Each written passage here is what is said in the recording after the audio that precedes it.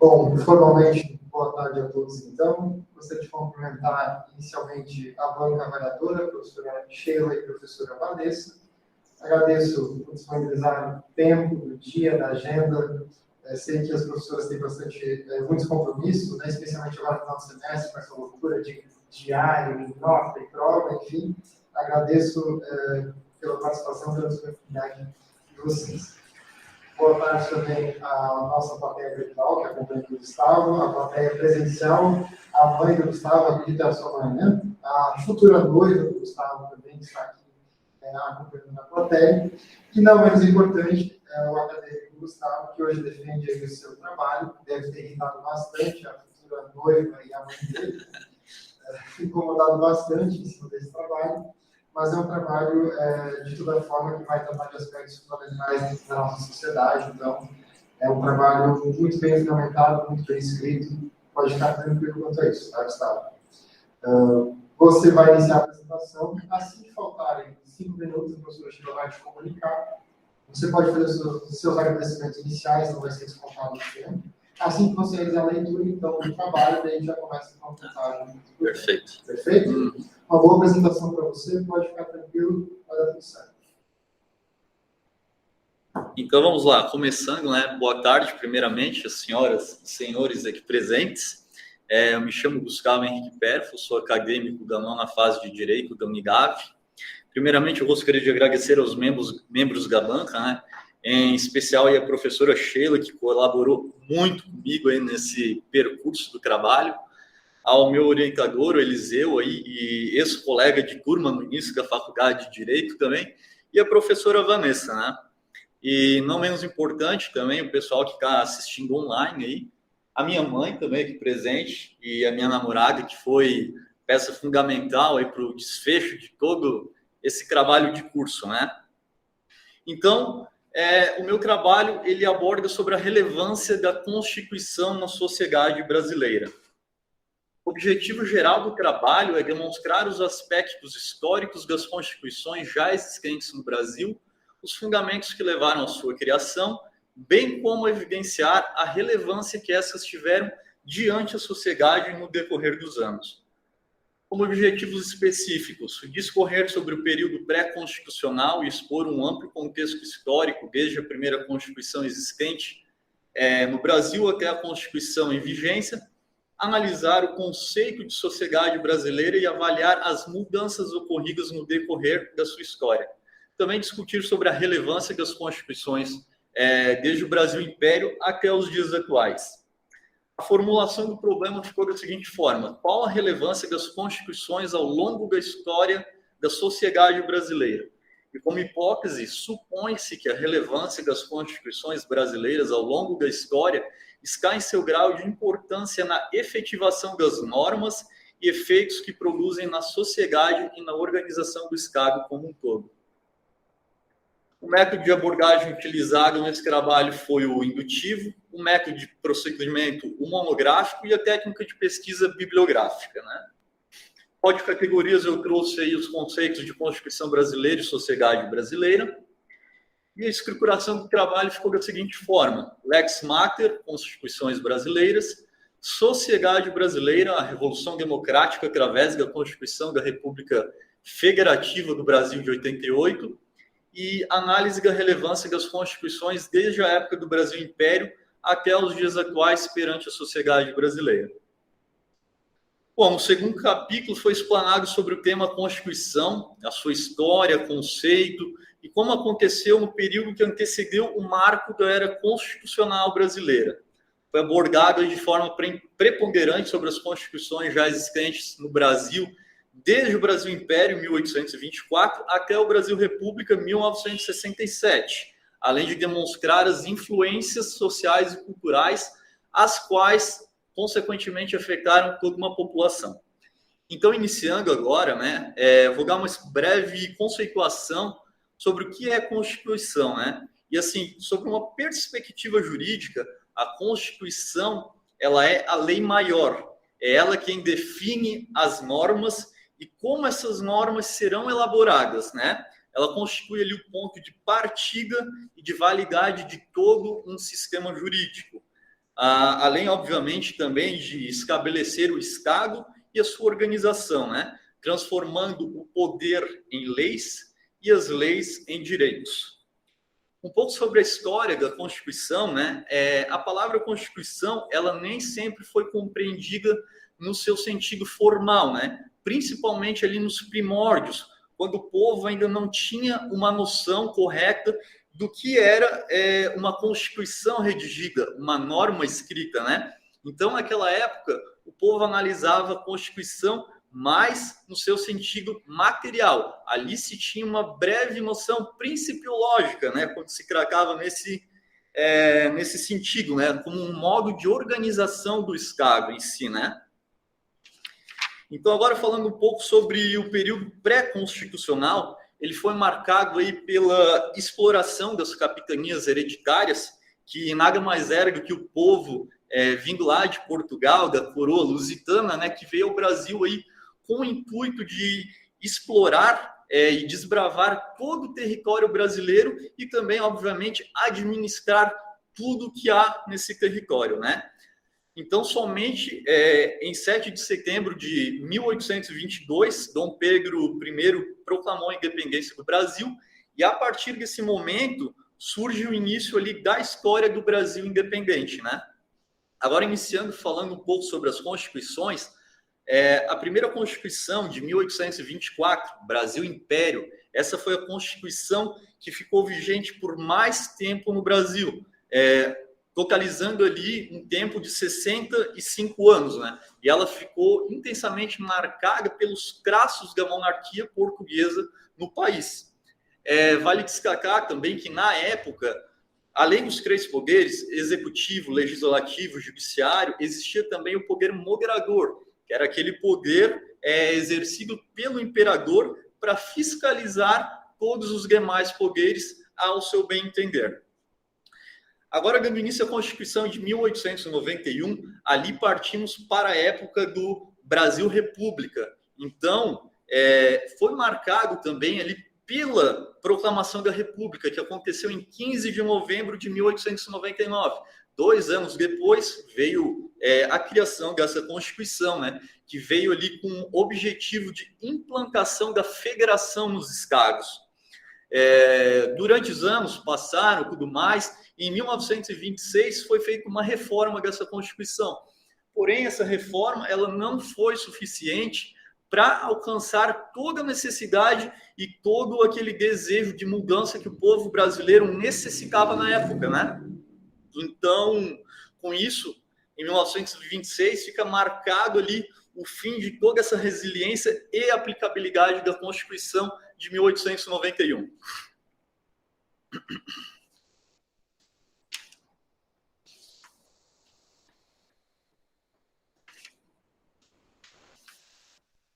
Bom, a Constituição de 1934, ali iniciamos com a Segunda República, né? Ela foi iniciada com a eclosão da Revolução de 1930, gerada por ninguém mais, ninguém menos que o famoso Getúlio Vargas, né? Então, na época, ele assumiu o governo provisório ali no ano de 1930, mais especificamente em novembro, e decretou ali o funcionamento de uma pré-constituição, a qual dissolveu o Congresso Nacional e todo o poder legislativo na época. Essa Constituição ela teve um curto período de duração. Ela não teve revisão, não teve emenda constitucional e foi encerrada a partir do golpe de 1937, que é quando eu falo dessa nova Constituição de 37, né? Ela foi otorgada, então, pelo então presidente, na época, Getúlio Vargas, né? E todo e qualquer resquício que havia de democracia na época foi completamente aniquilado e obliterado. Porque essa Constituição ela se trajava aí da mais pura forma de direito constitucional, quando na verdade ela se tratava de uma pura ditadura, né? Ali por trás. Era a Constituição do Estado Novo, aí, também conhecida como a Polaca, porque ela teve seus alicerces completamente baseados aí na Constituição Polaca de 1930. Bom, partindo para a Constituição de 1946, já temos uma grande mudança, pois essa Constituição ela vem com caráter de justiça social para o país. Ela traz a liberdade de iniciativa, valorização do trabalho humano, nessa época é importante frisar que o governo federal ele lutou arduamente aí contra as forças comunistas no país, né? Então, aí no ano de 1964, por conta aí do golpe militar que ocorreu na época, houve ali a queda total dessa Constituição de 1946.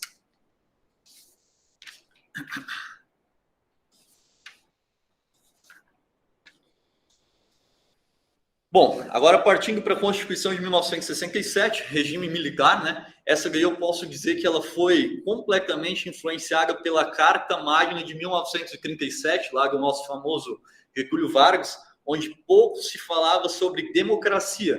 Até, na verdade, se evitava falar de democracia, quando a expressão que mais bem caracterizava o que era vivido na época era o regime representativo. Bem importante isso. Até porque ela contemplava aí a máxima autoridade ao presidente da República, né? Sendo que ele poderia editar decretos de lei sobre finanças públicas, segurança nacional, além também de ele apresentar projetos de lei, os quais deveriam ser deliberados num determinado período, e caso isso não acontecesse, esses projetos seriam compulsoriamente aprovados.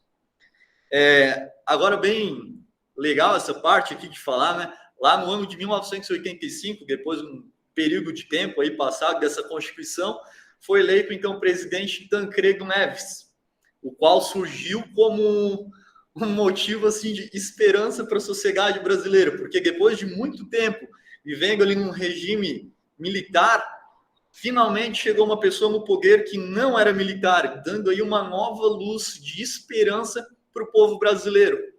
Acontece que no mesmo ano da eleição do Tancredo Neves, infelizmente o pior veio acontecer e ele faleceu logo em seguida, depois de ser anunciado presidente, né? Então, assim, na época, o país entrou assim numa crise e todo mundo caiu num rio de lágrimas, porque aquele que era motivo de esperança e do retorno da democracia acabou falecendo, assumindo depois, então, o seu vice-presidente José Sarney, né?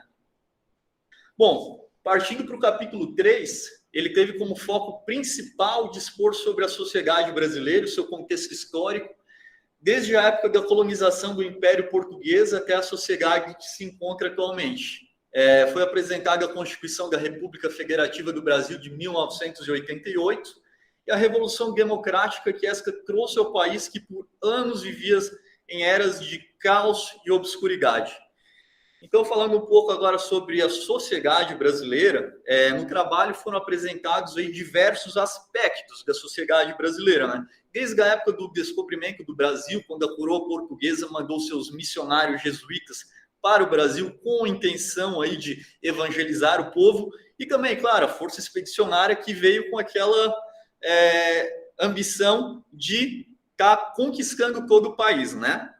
Então, com isso também, eu apresentei até a sociedade dos dias atuais, como está bem explicitado aí no trabalho, e assim foi bem possível destacar que a sociedade brasileira ela engloba todo o povo residente no Brasil, o qual é formado aí por uma enorme miscigenação de povos, inclusive advindos da Europa Ocidental, região Alemanha, Áustria, Itália, etc., né? E uma mistura de cores também aí dos nossos índios, cores e culturas, né? Esse total aí forma a nossa sociedade brasileira.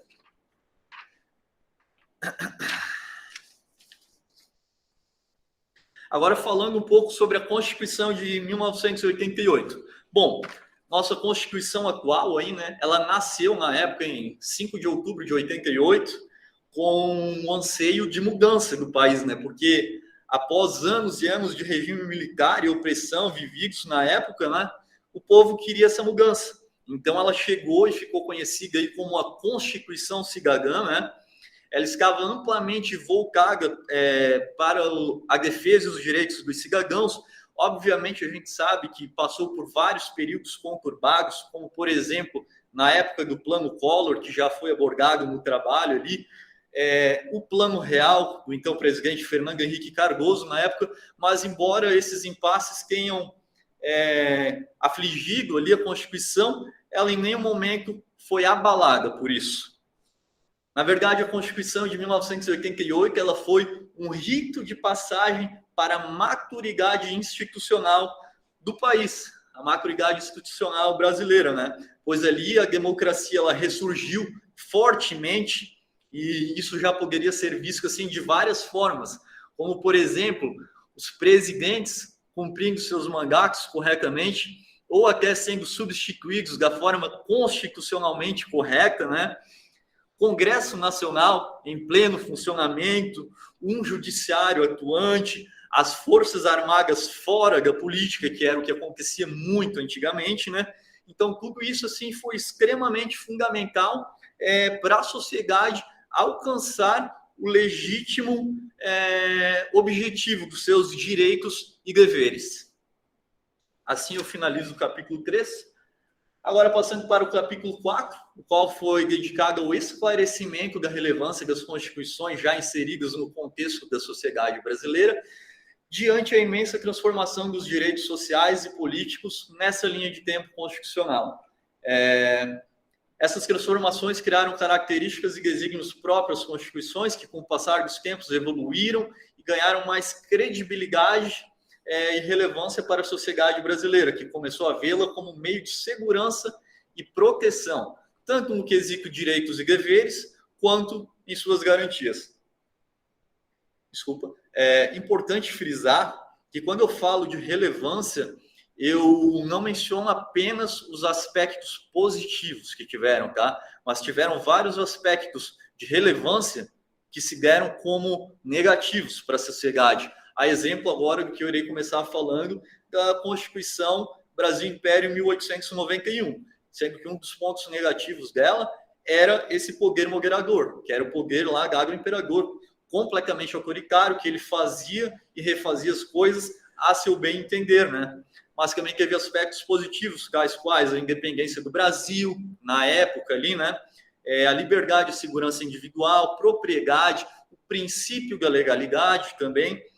Já a Constituição de 1891, ali se consolidou, então, a Primeira República do Brasil. Se instituiu a figura de presidente, o Estado laico, excluiu-se o poder moderador, também foi extinguido o voto censitário e instaurou-se o voto universal ali para os homens a partir de 21 anos.